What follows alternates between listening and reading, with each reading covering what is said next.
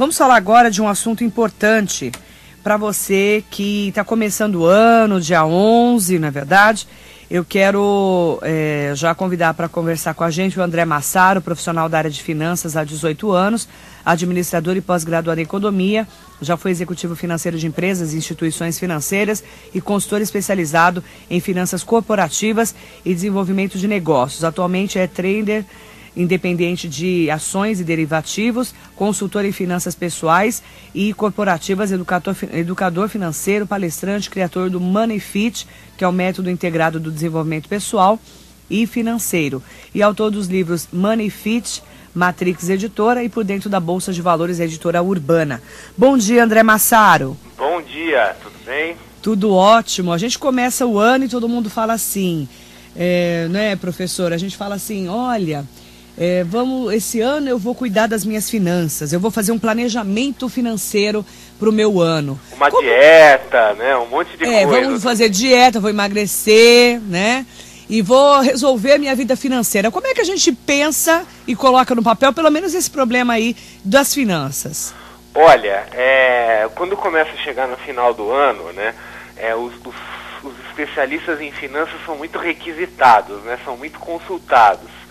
Por exemplo, no final de 2010 era muito comum perguntar assim, como começar 2011 com as finanças em ordem? Essa é a pergunta mais fácil do mundo de responder. Basta terminar 2010 com as finanças em ordem, né? Quer dizer, faz tudo direitinho que vai ter um 2011 tranquilo, vai tudo tranquilo, tudo organizado. O problema é que a maioria das pessoas acaba esquecendo que o começo do ano, principalmente, é uma fase muito estressante financeiramente.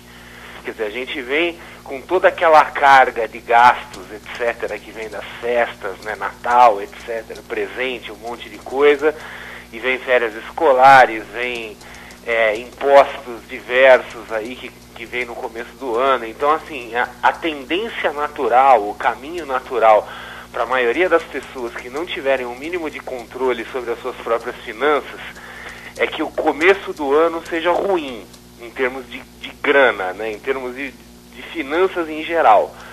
Então, assim, isso é um negócio bastante complicado, é uma coisa que tem que ser cuidada, não na hora que acontece, mas já bem antes do final do ano.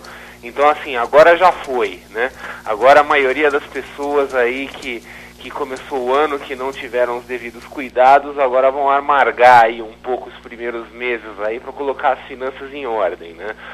Mas foi desse jeito no final de 2010, no final de 2009, e a prática indica que o final de 2011 vai acontecer a mesma coisa. Quer dizer, no fim das contas, as pessoas acabam se descontrolando, entrando no clima eufórico de final de ano, e aí ficam preocupados, como começar 2012 direito, né?